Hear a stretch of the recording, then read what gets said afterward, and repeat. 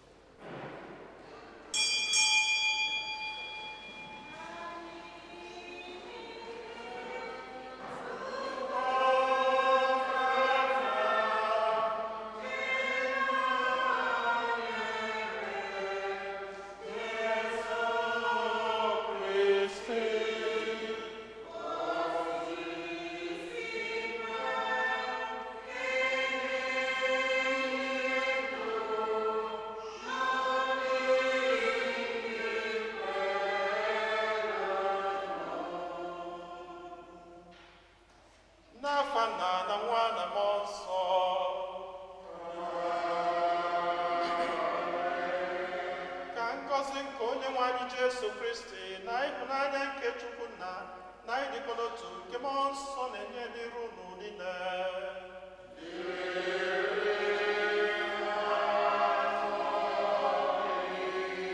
Ụmụnne m na Kristi, tata bụ ụka nke 33 n'oge na-adịghị emume nke ụka. Anyị niile agbakọtago ọnụ ọzọ n'obi Chineke iji wee kelee onye nwe anyị maka ihe ọma nke ọ na-eme na ndụ anyị, maka ọtụtụ ngọzi ya n'ebe anyị nọ. Ka anyị na-ekele Chineke maka onyinye nke ndụ, ka anyị na-ewere onwe anyị na-erunye n'aka Chineke. Anyị na-ewerekwazi obodo anyị Naijiria, obodo nọ n'ọgba aghara, obodo nọ na nsogbu ugbu a, obodo oke ọnwụ dị, obodo nnukwu ọgba aghara dị, na-erunye n'aka gị bụ Chineke. Ọ bụ naanị gị bụ onye pụrụ ịghọta ọnọdụ ụmụ gị. Ọ bụ naanị gị bụ onye pụrụ ịzọpụta ụmụ gị n'afụfụ nke ndị ọchịchị na mkpagbu niile nke ndị ọchịchị na-akpagbu ha. Anyị wee na-asị ka ị bịa mkpụrụ akwa nke ụmụ gị na-ebe n'izu n'ụwa, ma bụrụ ha mkpa ha niile, ma nọnyelụ ha, ma tọpụta ha n'ugwu nke ọnwụ niile. Anyị nwere ọtụtụ ebumnobi ndị ọzọ ka anyị ji gbakọta ọnụ n'aja masị n'ụwa, ka anyị natazie isi a nara onye Chineke ebumnobi ndị ahụ niile.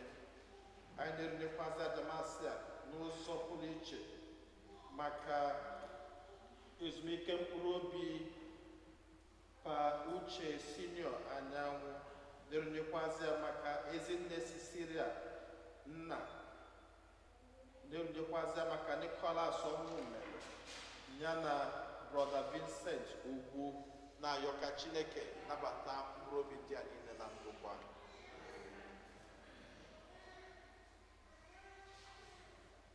Ụmụnna, ka anyị kwado onwe anyị nke ọma maka nnukwu eme nke Eucharistia n'ụwa site n'ikwupụta njọ anyị.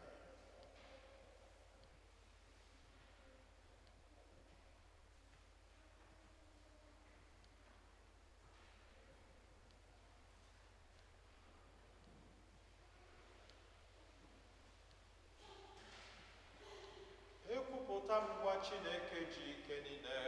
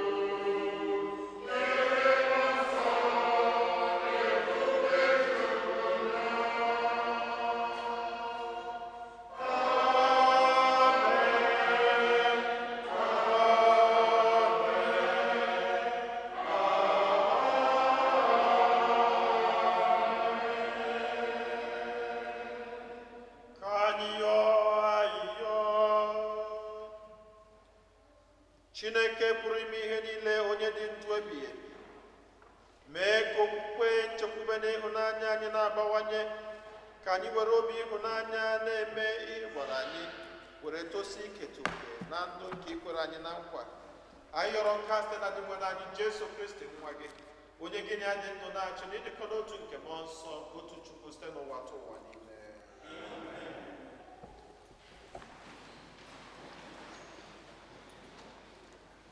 Ihe ọgụgụ ewetara n'akwụkwọ ọpụpụ. Akpọgbukwala onye ọbịa, emegbukwala ya, n'ihi na o nwere mgbe ọ bụ ndị ọbịa n'ala Ijipt. Emejọkwala nwaanyị isi mkpe maọbụ nwa na-enwe nne na nna. Ọ bụrụ na unu emegbuo ha, ha bekwuo m, n'ezie aga m anụ mkpu akwa ha, oke iwe m ga-enwu ka ọkụ. Aga m eji mma agha egbu unu. Mgbe ahụ ka nwaanyị unu ga-abụ nwaanyị isi mkpe, ụmụ unu aghọọ ndị na-enwe nna. Ọ bụrụ nwa ogbenye si n'agbụrụ ndị nke m ka ị binyere ego, anakwala ya ọmụrụ nwa, atụkwasịla ya ụma. Ọ bụrụ akwa mkpuchi onye agbata obi gị ka ị chere na agba ibe, hụkwa na ịchịghachiri ya azụ tupu anyanwụ ada. N'ihi na eleghị anya, o nwere ike bụrụ sọ otu akwa mkpuchi ahụ ka o nwere iji kpuchie ahụ ya. Ọ bụ gịnị ọzọ ka ọ ga-eji rahụ ụra? Ọ bụrụ na ya bekwuo m, aga m anụkwa olu ya, n'ihi abụ m onye obi ebere. Okwu nke osebrowa.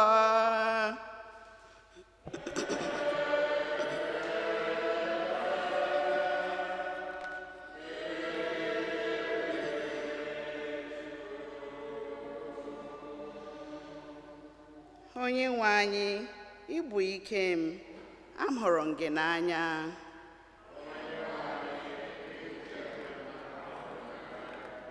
Onye nwe anyị, bụ ike m, ahụrụ m gị n'anya. Onye nwe anyị, bụ ike m. Onye nwe anyị, bụ ike m, ahụrụ m gị n'anya. Onye nwe anyị, nkume m, ụlọ igwe m na onye mgbapụta m. Onye nwe anyị, bụ ike m, ahụrụ m gị n'anya. Chineke m, nkume m na-agbaga ọsọ ndụ, nchedo m, mpi nzọpụta m, ụlọ m na-agbakpu ezere isi m. Etiri m mkpu sị, otito dịrị onye nwe anyị, e wee zọpụta m n'aka ndị iro m niile. Onye nwe anyị, bụ ike m, ahụrụ m gị n'anya. Ogologo ndụ dịrị onye nwe anyị, ọ bụ ya bụ nkume m. Ebube na otito dịrị Chineke onye nzọpụta m. Ọ bụ gị nyere eze gị nnukwu mmeri, bịakwa mere onye itere mmanụ amara.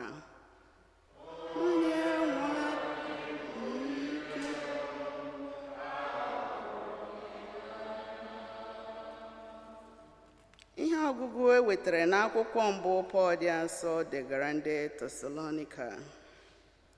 Unu hụrụ ụdị ndụ anyị biri mgbe anyị na unu nọ, ụdị ndụ ahụ anyị jiri kụziere unu ihe, nke mere unu ji bụrụ ndị na-eso ụzọ anyị n'ụzọ onye nwe anyị. Ọ bụ ya mere unu ji were aṅụrị nke mmụọ nsọ nabata ozi ọma. Ọ bụrụgodị mgbe ahụ ọnwụnwa dị iche iche gbara unu gburugburu. Otu a ka unu si bụrụ ndị anya na-ele n'agbata ndị niile kwere ekwe dị na Masedonia na aka ya, ebe ọ bụ na site n'aka unu ka okwu nke onye nwe anyị malitere ịgbasa. Ọ bụghị sọ na Masedonia n'aka ya dum, kama akụkọ banyere okwukwe unu nwere na Chineke agazuola ụwa niile. Ọ dịghị mkpa ka anyị kọwara ndị ọzọ banyere ya. Ọ bụ ndị ọzọ na-akọrọ anyị otu anyị si bido ọrụ n'etiti unu, otu unu si wepụ aka n'ikpere arụsị mgbe a tụatara unu na Chineke n'otu unu si bịa bụrụ ụmụ odibo eze Chineke dị ndụ, n'otu o si bụrụ na ugbu a unu na-eche Jesu nwa ya, onye o bilitere n'ọnwụ, ka o si n'eluigwe bịa zọpụta anyị na mmegwata ahụ na-abịanị. Okwu nke osebụwa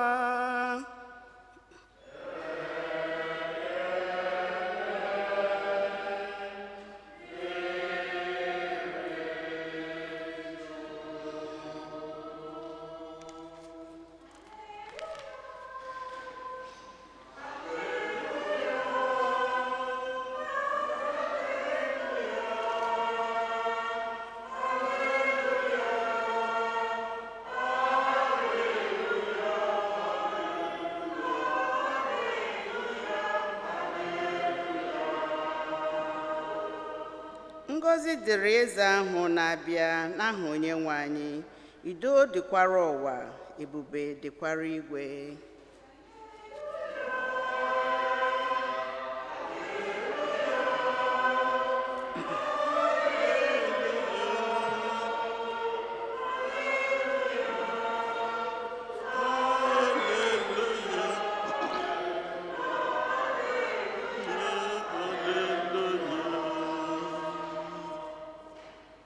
Onyenwe anyị nọnyere unu. Ihe ọgụgụ nke si n'ozi ọma dị nsọ nke Matiu dere.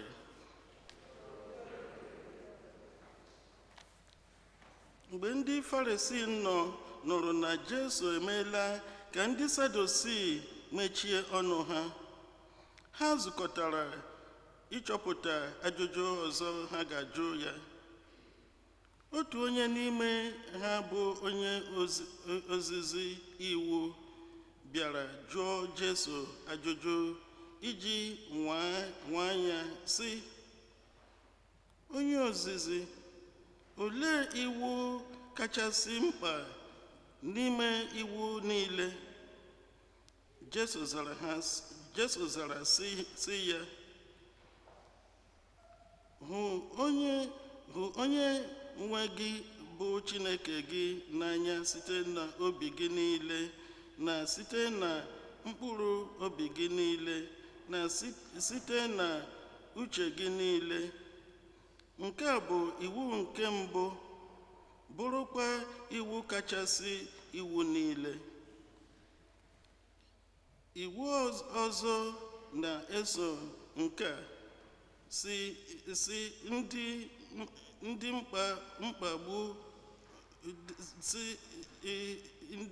mkpa bụ nke a: hụ onye agbata obi gị n'anya dịka isi hụ onwe gị n'anya.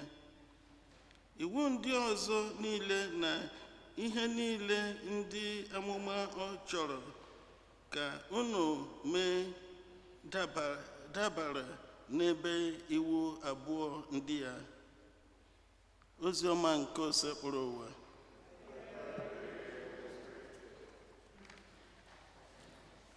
So abịaruo na okwukwe anyị dịka ndị na-eso ndị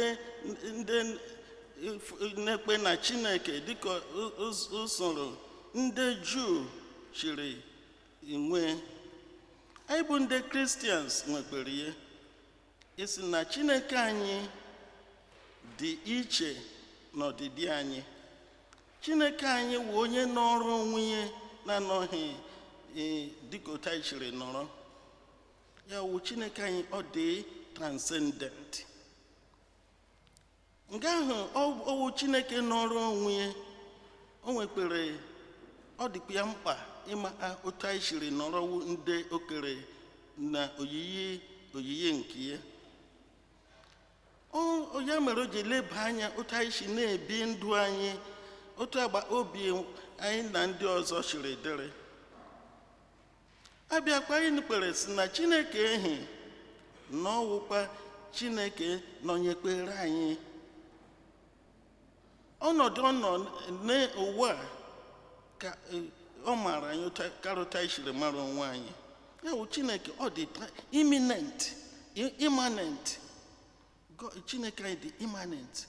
Ya mere o ji enwe ya bụ Jesu Kristi ka o were baa n'etiti anyị, were ma otu anyị siri biri ndụ anyị. Ya mere tata dị nwe na Chineke anyị na-enye anyị iwu dịka maka na ọ dị mkpa iji mara otu anyị siri biri. Ọ chọrọ ka agba obi anyị na ndị ọzọ dịrị mma. Ọ chọrọ ka udo dịrị anyị na ndị ọzọ. Ya mere o jiri bụ ụmụ Izrel taa si ụmụ akpagbukwele ndị ọbịa, ụmụ ule ndị dum bịara abịa, ụmụ na-aba ahị si ụmụ uche ekpe ọnọdụ ụmụ mgbe gara aga, mgbe a nọrọghị na Ijipt. Awụrụghị ndị ọbịa ndị bịara abịa n'oge ndị Ijipt na-akpagbu ha. Olee ihe Chineke mere? Chineke bịara lụọrọ ha ọgụ, gbara ha ọsọ enyemaka iji dufu ahịa n'ohu ha nọ n'ime ya, were duru ha dufu ahịa duga ha ala o kwere ha na nkwa. Nke anyị na-agba anyị si na Chineke anyị wụ Chineke na-adọfu ndị emegbuwe, ụmụ ogbenye, ndị na-enweghị nne na nna, ndị nwanyị ndị isi ikpe, ndị dum ndị ọzọ na-akpagbu. Chineke na-agbara ha ọsọ enyemaka. Chineke na-anọnyere ndị na-adị ụtọ dị ha. He takes to the side of the marginalized. Onwe Chineke anyị na-eme, ọ na-abịa nọnyere ndị na-adị ụtọ dị ha, ndị ọzọ na-akpagbu, ndị na-ebe anya mere akwa obi oge niile. Chineke na-abịa nyere ha aka, bịa zọfụ ha na ndị megbuwe ha. Onwe ka Chineke na-eme oge niile. Ya mere o jiri na-enye anyị iwu, na-achọ ka anyị were na-eme ochie oge niile. Abịaruo izuụka gara aga, ndị bịara ụka n'izuụka gara aga nụrụ otu ndị Farisii jiri bịa wee na-achọ ịnwale dị nwe anyị Jesu Kristi, na-eshiri ọnya ka ọma n'ọnya ha. Olee ebe dị nwe anyị mere? Ọ sị, were na-eme ego unu na-eji atụnyere ndị Romans, unu na-eji atụnyere Siza. Mgbe ha were mkpụrụ ego ha, ya ele ya anya ihu, le ya n'azụ. Olee onye wu onye esere n'ego? Olee onye wu oyiyi? Olee onye dere ahụ ebe? Ha sị, ọwụ ke Siza. Ha sị, ya wuru n'otu onye, unu were ihe Siza nye Siza, were nke Chineke nye Chineke. So olee Jizọs na-akụziri anyị ihe n'ọsịsị ahụ ọ sara anyị, ọ sara ndị Farisii. Ọ na-akụziri anyị ihe dị ọkpụrụkpụ. Gị bịaruo n'obodo anyị, enwere nkewashi na nzukọ, nwee nkewashi na nzukọ na ime obodo. Onwe Chineke chọrọ ịkụziri anyị olo ndị ehi na-abịa ụka ebe a, ụkwa ndị ehi bi n'ime obodo. Ọ chọghị ka anyị nwee nkewashi na ndụ anyị. Ọ chọrọ ime n'ewu si anyị wụ ndị ezinụlọ eluigwe, anyị wụkwa ndị ezinụlọ nke ụwa. Anyị ga na-ebifu otu anyị siri wuru ezinụlọ nke eluigwe na obibi anyị na-ebi na ime obodo. Anyị ga na-edowe iwu Chineke, na-eme uche Chineke, na-ahụ mmadụ ibe anyị n'anya otu Chineke si ahụ anyị n'anya n'ime obodo. Anyị agaghị abịa ụka wurucha ndị njel, ndị dị nsọ n'ime ụka. Anyị abịa n'ime obodo wuru ndị ekpesu, wuru ndị na-emebi iwu nke nzukọ, iwu nke obodo. Grace anaghị anyị were ebe a n'oge anyị bịara ebe ife Chineke. Ọ ga-enyere anyị aka iji dowe iwu nke obodo, na-atụ egwu imebi iwu nke obodo, na-eme na-egosi na di nwe na Jesu Kristi bara n'obodo anyị ga na-awụ ndị na-agbari ya odibo, ndị ga na-agbari ya akaebe ebe niile, na-edowe iwu na ghara n'ime ha ga-esi nwa ndị hisaghị ndị Katọlik, ndị gawa chọọchị oge niile. Olu anyị ga na-eme omume ga-egosi si na iwu ndị ma Chineke, ndị hụrụ Jesu Kristi n'anya, ndị hụrụ mmadụ ibe anyị n'anya. Ndụ anyị were ndụ anyị bi n'ime nzukọ, anyị ga na-ebifu ihe n'ime obodo. We must translate into life the holiness of the church. Ya bụrụ ma ikpenye si Chineke wu Chineke dị nsọ, Chineke obi ebere, Chineke ịhụnanya, kwa ndị niile nọ n'etiti ihe omimi. Anyị agaghị ahụ ndị n'anya, a ga-ahụ ya n'anya na ndụ anyị na-ebi, agba anyị na-akpa, otu anyị na-esi aga na-agagharị na anyị na mmadụ ibe anyị na-emekọrịta n'ime ụwa nke a. Ya mere n'oge tata abịaruo, olee ihe ndị Farisi mere? Ha sị ka anyị jụọ Jizọs ajụjụ iji gide ya, ajụjụ ga-eme ka anyị nwalee ihe. Olee iwu ka iwu anyị nwere ike idowene? Olee iwu ka iwu? Olee ihe Jesu gwara ha? Hụ Chineke gị n'anya, hụ mmadụ ibe gị n'anya, ka iwu nke iwu niile gbakala ara. Anyị agakwa n'isi anyị hụrụ Chineke n'anya kpọọ mmadụ ibe anyị ọgbọ. Mmadụ ibe anyị na-ahụ anya, anyị na ha na-erikọli, anyị na ha na-arụkọli ọrụ, anyị na ha bi n'otu obodo.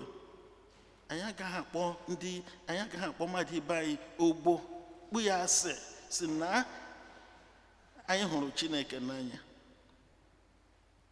Anyị ọrụ ma anyị sị anyị hụrụ Chineke n'anya, kpọọ mmadụ ibe anyị ogbo, enwe ihe ọbụla anyị kere n'ime ya. Anyị dịka ndị ekpesu, ndị ọgọ mmụọ na-anaghị edowe iwu Chineke, ma ịkpọ mmadụ ibe anyị asị.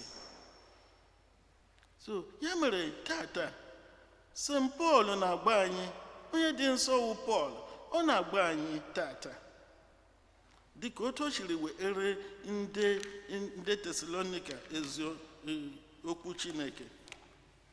Ọ na-ewere onwe ya na-eweli dịka ihe nṅomi, onye nṅomi. O wuchi na okwu ọnụ ya na omume ya gosiri na ya wụwa odibo Jesu Kristi, ka ndị Tesalonika jiri nwee nnabata n'okwu Chineke ọ gbara ha. So na otu o chiri gba ndị Tesalonika okwu, ha nwere aṅụrị naba okwu ya, maka na mmụọ nsọ Chineke mere ha naba okwu ya, na-ele anya si nwa ọ gwawa anyị omewekwu ya emewe, ya na-eme ya eme. Ya mere ejighị naba ya, nwee obi aṅụrị. So nke anyị pụtara si anyị na onwe anyị gakwa eme otu ohi, iji lee ụmụnna anyị na ndị nwaanyị niile, ụmụnna anyị ndị nwoke na ndị nwaanyị, ndị na-ekpe ha ekpe, ha ịhụ ndụ anyị na-ebi n'ime obodo, ha ekpere si ha ewe eziokwu, Chineke nna anyị nọnyere anyị. Chineke anyị hụrụ Chineke n'anya, hụkwa mmadụ ibe anyị n'anya. Ka di nwe anyị Jesu Kristi nye anyị gracia ya, ka Chukwu mmụọ nsọ gbaa anyị ume, ka anyị were na-emejufu ihe niile anyị kpere n'ime obi anyị, anyị na-emejufu ya na ndụ anyị, ka ndị ọzọ na-ahụ ya, na-eṅomi ndụ anyị, na-efe Chineke n'eziokwu na ezi mmụọ. Ka Chineke nna gọzie anyị niile oge niile. Ka Chineke gọzie unu.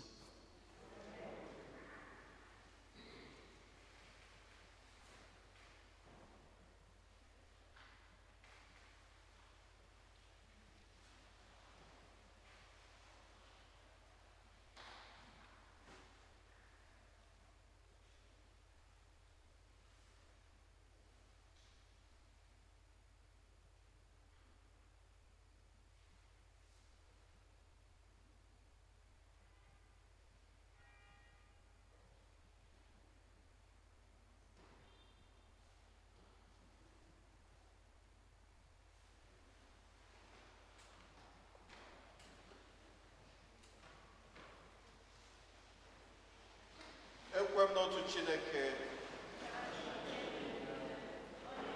igwe na ala na-edobara ahụ anya na ndị anaghị ahụ anya ya na ofe onye nwe anyị Jesu Kristi so otu nwa Chineke mụrụ nna mụrụ tupu ụwa tụ ụwa niile Chukwu si na Chukwu ihe si ezi Chukwu si na ezi Chukwu amụrụ ya eyi eme ya na nna bụ otu ihe ihe ha ji bụrụ Chukwu mee ihe onye maka ihe anyị bụ mmadụ na maka ihe nzọpụta anyị si n'eluigwe gbadata were arụ na Virgin Maria site na mmụọ nsọ ọ bụrụ mmadụ abịa akwụkwọ ya na-eme n'ime anyị n'oge ọchịchị Pontius Pilate ọta ahụhụ ọnwụọ enye ya n'oge ụbọchị nke atọ ka akwụkwọ nsọ siri ikwu ọ bụrụ n'eluigwe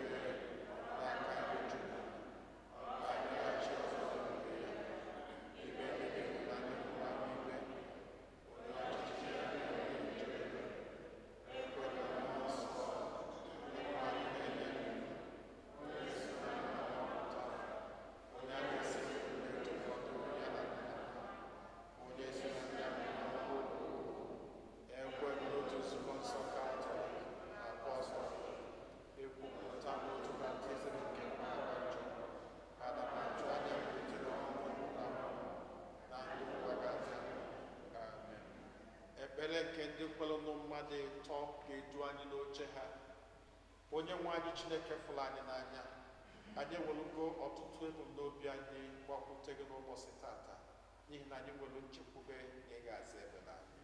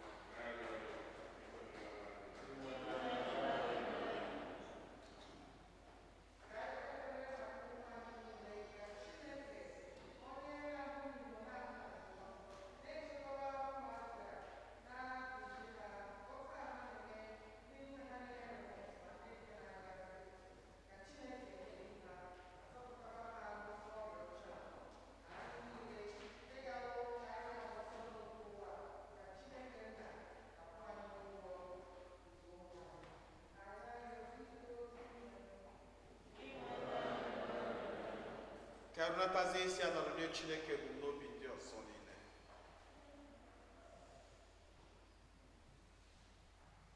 Onye nwe anyị ewelugo ọtụtụ ebumnobi anyị gosipụta gị n'ụzọ pụrụ iche. Anyị ewelugo obodo anyị bụ Naịjirịa ranye gị n'aka wee na-ayọ ka ị bịa zute obodo anyị ahụ dịka o si bụrụ mmasị gị. Nene ụmụ gị na-ebe, ụmụ gị na-akwa, injustice everywhere, corruption everywhere, hunger everywhere, death everywhere. Ọ bụ naanị gị bụ Chineke pụrụ ime ka obodo ahụ dị mma, n'ihi na anyị ma na ọ bụ na gị bụ Chineke wukwu obodo na onye na-alụ ụlọ na-alụ n'efu. Anyị wee na-ayọ ka ị bịa zute ụmụ gị ndị ahụ niile, ma zutekwazi anyị niile bụ ndị Naijiria ndị nọkwazi n'obodo ọnụma, ka anyị na-enye ha niile sọpọtụ etu anyị nwere ike. Ayọrọ ihe ndị a niile ma kwe na ị ga-emela anyị karịa ka anyị pụrụ ịyọrọ site na Kristi onye nwe anyị.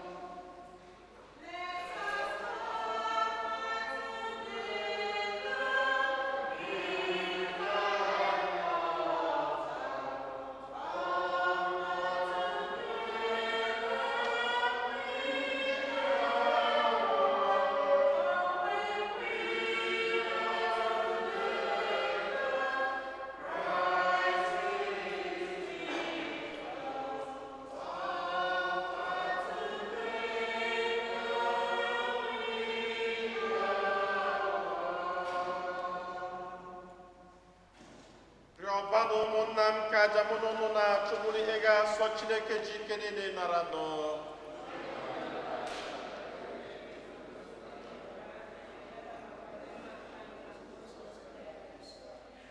Biko dị nwenụ, tụgharịa ala anyị anya n'onyinye nke anyị na-ehunyere ebube eze gị, ka ihe a anyị na-ebutere gị iji gbara gị odibo bụrụ ihe ga-ewetara gị otito. Anyị yọrọ nke a site na Kristi onye nwe anyị. Onye nwe anyị na onye n'ụlọ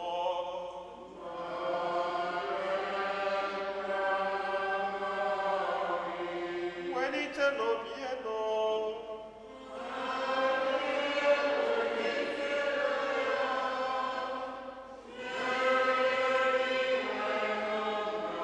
Ka anyị nye n'ụdị nwere Chukwu anyị ekene.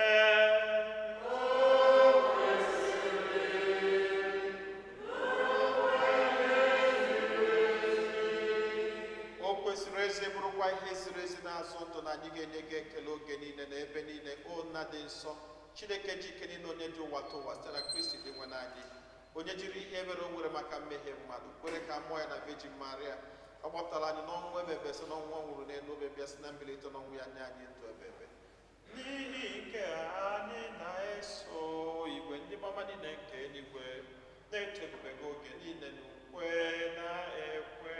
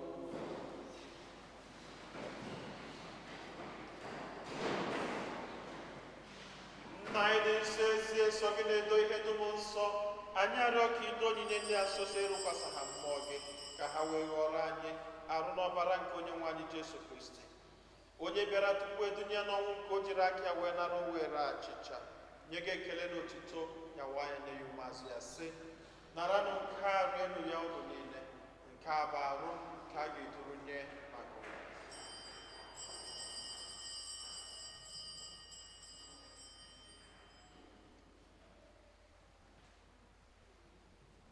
Otu ahụkwa ka o si ime mgbe ha richara nri anyasị, o buru iko mmanya nyekwa gị ekele na otuto bunye ya ụmụazụ ya sị, naranụ nke a ṅụọnụ ya ọnụ niile, nke a bụ iko nke ọbara m nke ọgbụgba ndụ ọhụrụ dị ebebe, a ga-agba ya n'ihu nna n'ihi mmadụ niile ka e were gbaghara njọ, na-emenụ nke a na ncheta nke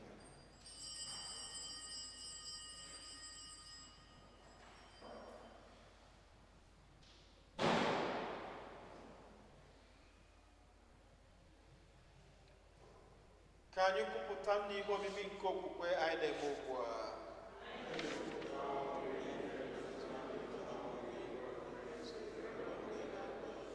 Nna, na ncheta nke ọnwụ na mbilite n'ọnwụ nke nwa gị, anyị ebunye gị achịcha nke ndụ na iko nke nzọpụta. Anyị na-ekele gị n'ihi na ị kwere ka anyị dị mma ịkwụrụ n'ihu gị na-efe gị. Anyị ji ume na-arịọ ka anyị bụ ndị na-anata arụ n'ọbara nke Kristi bụrụ otu site na njikọ nke mmụọ nsọ.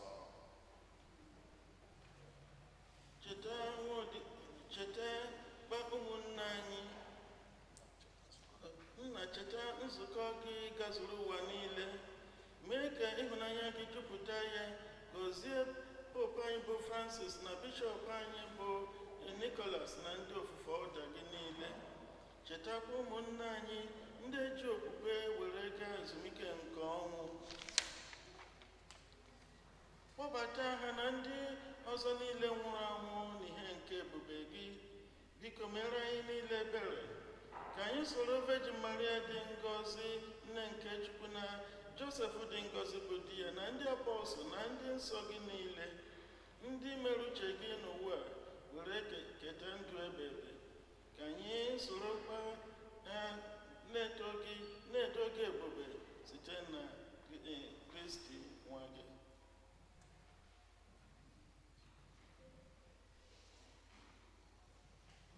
Ihe niile kere eke na-eso ya bụ Kristi, na-esikwa n'ime ya na n'aka ya, na ịdịkwa n'otu nke mmụọ nsọ, na-enye gị bụ Chukwu Nna ji ike niile, nsọpụrụ na otuto niile, site n'ụwa atọ ụwa niile.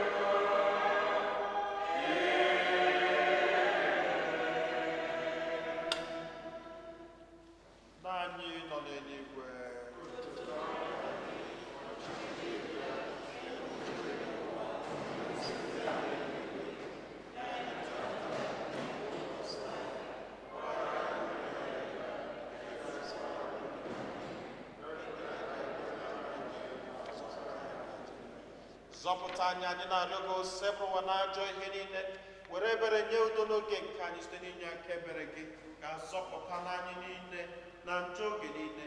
Anyị were gbanahụ nsogbu niile, were nchekwube dị nsọ na-atụ anya maka mbịaghachi nke onye nzọpụta anyị Jesu Kristi. Onye nwe anyị Jesu Kristi, onye gwara ndị apọstụl gị, udo ka m na-arapụrụ n'udo nke m ka m na-enye unu, elekwa n'anya na njọ anyị, kama lekwasị anya n'okwukwe nke nzukọ gị. Nye ya udo n'ịdịkọ n'otu mgbe niile ka uche gị siri chọọ, gị bụ onye dị ndụ na-achị ebe. Udo nke ose bụrụ ụwa dịrị unu mgbe niile.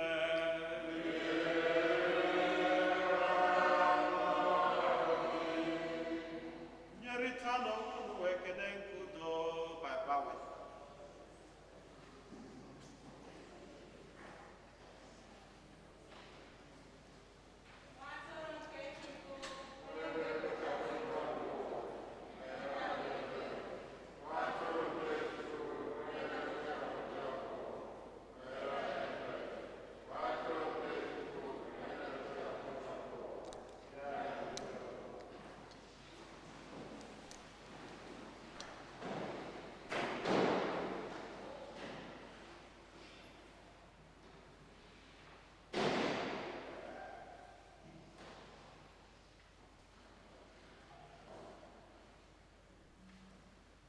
ụmụnne m na Kristi, nenụnụ nwa atụrụ nke Chukwu, nenụnụ onye ahụ na-ekpochapụ njọ nke ụwa.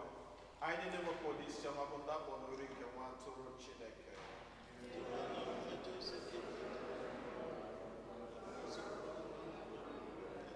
Ka arụ na ọbara Kristi chekwaba anyị niile wee na ndụ ebebe.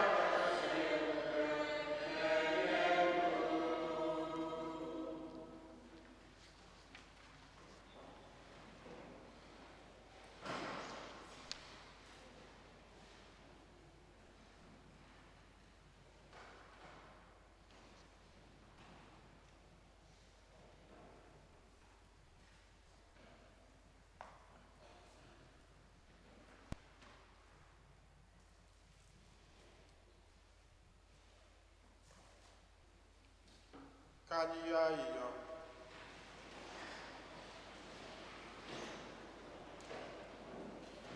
Onye nwe anyị biko mee ka ihe a dị n'ime ọgbụgba ndụ ga-ezu oke n'ime anyị, mekwa ka onye ahụ anyị bụ onyinye ya n'ụwa bụrụkwa anyị onye anyị ga-enweta n'ezie n'ụwa ọzọ. Anyị yọrọ nke a site na Kristi onye nwe anyị.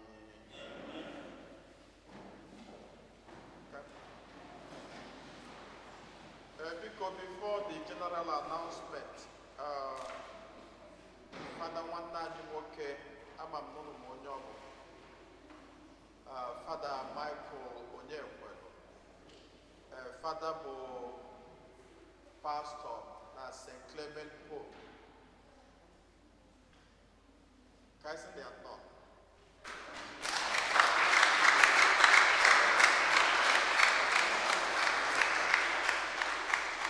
Ya nke bụ Father si ka ya bịa nọnyela anyị niile na at least official otego anyị kabalụ ya wee bịa mass, mana ọ da-adapụta dịsie ka anyị tinyekwuru. I think sometime in March, April, COVID bịa lock everything out because he was supposed to do his silver jubilee this year. So mana COVID did not for both silver jubilee and everything out. Mana enwelu ọmalịcha akwụkwọ o delu ọ chọrọ igosipụta anyị n'ụzọ pụrụ iche. Before someone can make the announcements.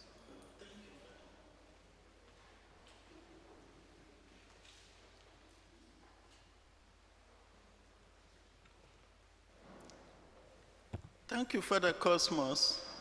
Yeah. And thank you to each and every one of you. So I am sick. I'm akwụkwọ ngara lunch na May this year.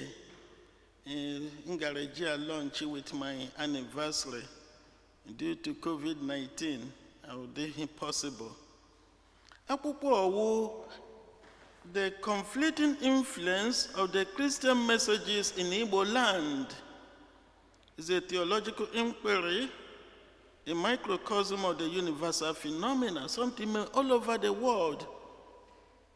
But okay, danger now in Igbo land, and I be when the youth na Nigeria, a stage of revolution. Ijime see when the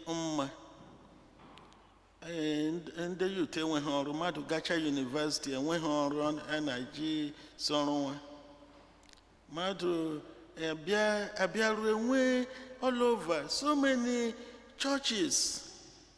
Now the mainland churches, Catholicism, Anglicanism, and the main churches biara na obodo anyambo. Ole mereni obodo jiri dị njọ tata mmadụ la ndị ọzọ jiri kidnap ya. Eti mmadụ n'ọchịchị ya eme mbezu all the money. Abịaruo enwe so many killings. Abịa nwe ihe ọjọọ dị iche iche mere n'obodo anyị. When they so now when etiri na akwụkwọ the conflicting influence of Christian messages in Igbo land. A people armor for their values. A people armor for their goodness, for their being hardworking, with all kinds of great values armor before. But today, everybody wants to get rich quick. And in the process, they do all kinds of evil. Evil in the society. Our society is disintegrated. Especially the Igbo land.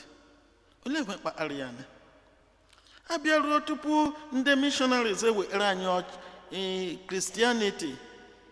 Our people, we are known to be hardworking. Early in the morning, if the father of the family will get up together with his family, head to the farmland. Jewa ahịa, jeje zụọ ahịa, lọhuo. Mmadụ na-agbalị mgbalị ifuru iche. Were na eme sacrifice iji were hụ that echile ga-adị mma karacha taa. mana mgbe ndị missionaries bịara, the Irish missionaries, ha wetara anyị ozi ọma were kpe those values anyị nwere nye anyị obi mmachi kesa anyị na-eme ihe ndị anyị na-eme obodo anyị na-aga nke ọma. Ha were kpado anyị. They encouraged us to work harder and harder. Anyị were na-arụ ọrụ arụshi ike. Nke na-aga from 1885 mgbe Father Joseph Luz and others bịara to Onitsha, ya na-aga Bishop Joseph Shanahan and others ha na-akpado. Bishop Ajayi Crowther nke ndị CMS ọ bịara, o nyere ha ala, ha rụọ ụlọ, ha dum kwadochiri ihe jiri mara ndị ebe anyị maka ọrụ ha ịrụsi ọrụ ike, ịgba mbọ hụ si na obodo gara n'ihu dị mma, ala dịrị mma. Abịaruo mgbe a lụchara agha ịlụrụ 1970, abịa nwee these people were Pentecostal preachers, prosperity gospel preachers, ndị ji ozi ọma na-akpa ego na-emebe onwe ha bịa wujuo. Abịaruo ebe ha nwere nzukọ na-akwado omenala anyị, ha jiri mara anyị. Abịa nwee ndị niile ga-abịanụ, ha si people, ndị mmadụ, unu bịa, unu wu children of God, come and pray from morning till night. You will get rich overnight. God will do the miracle for you. Ha bịaruo na-eprechi na-anakọ ndị mmadụ ego ha ejighị biri, mee ha dị lazy, adịkwa onye na-arụfu ọrụ. Unu ga-amahwe mkpue tata before Chinejile, ị ga-enwe ndị line up na-akpọ gị ji eremego, onye ọwụla dị adịala lazy. They can't do anything for themselves because they have been discouraged by these prosperity gospel preachers. Him had the lazy. Come and sow seed. Babia komporo oshishi. We nwere nye mu ga mubara gị. Chineke ga-eme ihe dịrị gị mma, ga-ewe ege nye ha. You pray from morning till night. Ndị na-anaghị enwe efukwe, ndị na-anaghị enwe ashi ha ụrụ ha. Ihe lecha anya, ha ọjọọ dị iche iche bido baa n'ime obodo. Ha eme ihe ọjọọ niile. Dịka otu ebe ndị mmadụ ndị na-achọghị ịrụ ọrụ ha bịa, ha na-evu ọgwụ ike, na-eme fraud dị iche iche, na-eme credit card frauds, ga-ahụ mkpọrọ ha eju everywhere. So ọ wụ otu o chiri dịrị n'ala anyị. Ha eme ihe ọjọọ, kidnapping, armed robbery, killings, bribery and corruption, embezzlement of public funds, all kinds of things, killings. Abịahụ ndị mmadụ ha na-eme 419 na-ebuka ahụ niile. Because enwere ndị kpere ihe mkpa, so ụmụ get rich overnight, anaghị enwe efie, ha chọwa easy way to do it. In the process, nobody wants to make a sacrifice. No one wants to work hard today for a better tomorrow. Okay, one of the things I discuss n'ime akwụkwọ. Also, I discuss ndị mmadụ, they have watered down their religion. They're no longer dedicated. Gibeah wrote to so many people, he say, I'm not religious, I'm spiritual. He put all kinds of things. Gabriel again, so many abuses in the church. So many abuses. People don't understand what the church is teaching. So Habiaro, and when sacrament, Eucharistic abuses. The secret blesses Agikuka Church, the secret blessed sacrament. I don't know. When they niile agbakọcha ya o ihe niile ka a ga-ekwu tata ga hụ otu obodo anyị chiri mebie and nwekwana anyị ga-imeni were mejie obodo anyị in the area of mediation, the area of conflict management, all of this. The conflicting influence of the Christian messages in Igbo land. So no chima more about this book. I launched Waramia online na St. Clement Pope Church. So due to the goodness of Father Cosmos, I'm gosi na akwụkwọ onye ọla chọrọ pledge ni. The production price of the book is of this soft cover is $18. The hard cover is $25. Onye chọrọ inyere m aka were kwụfu ụgwọ iji publish akwụkwọ na njiri ọda ya na ego ndị gara ije n'ime onye ọga nye m something the more, add something the more n'elie. I got the appreciative. All the proceeds will go to my community, to my Society of Divine Vocations. Vocation is fathers. So, Aroma Eseliche this book. The proceeds will go to the Society of Divine Vocations. So, why genuine vocations are here in Nigeria, all over the world. So, Chineke Gozuno, Dekotunu Shiri, Gente. Unu ga-azụrụ akwụkwọ na-agụ hụ many more things nọ n'ime ya dịrị unu niile mma. Okay? Okay.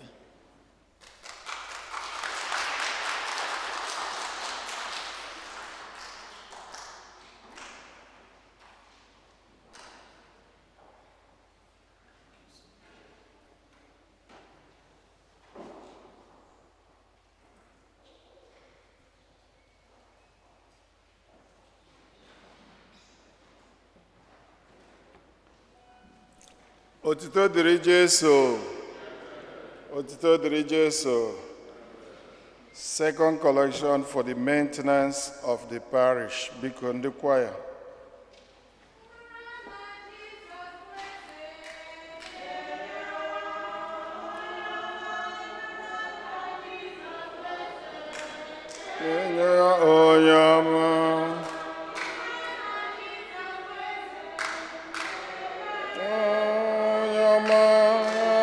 Jesus beze meya oyama meya oyama marana Jesus beze meya oyama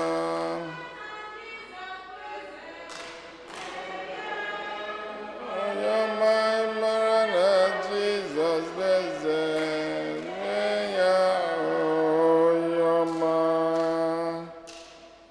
Otito dịrị Jesu. The parish is still practicing COVID protocol. Social distance, sanitize as you live in, and even at home and outside, for everybody's safety. We want to thank all parishioners who made a pledge to 2020 annual Catholic campaign. Our goal still remains $21,097. As of now, we have received a total of $14,998. We are getting closer. The envelope is available at the front and at the back. This is the envelope. It's available at the front and at the back. Please, we thank you for your effort in supporting this bishop campaign. For them, the church needs it. Religious classes is being